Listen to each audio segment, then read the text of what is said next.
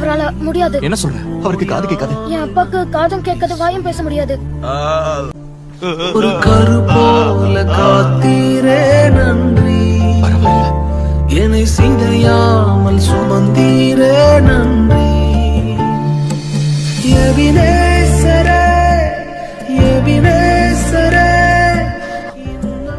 எப்பத்தா திறக்கப்படுவாயாக. எபினேசரே, எபினேசரே, பயப்படாத. பறவைகளோட சத்தம். நான் கூட அது கேட்டது. நன்றி, நன்றி. அப்பா, நான் கூப்பிடுறது கேக்குதா? என்னோட குரல் சத்தம். என்னோட குரல் சத்தம். டெலிமாசஸ்.